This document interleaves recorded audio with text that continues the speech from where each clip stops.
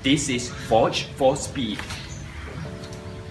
Today's video is a simple one where I will show you how to replace a brake master cylinder without ABS. Mine here, as you can see, is leaking badly, requiring a replacement.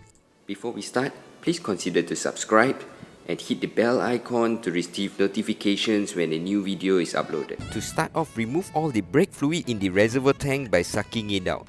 Next is to loosen the nut holding the front and rear brake lines.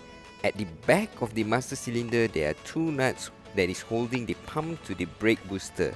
That is how simple it is. Watch my other video where I cover how to bleed the brake lines, which is a required step after you complete installing the new brake master cylinder. Link is in the description.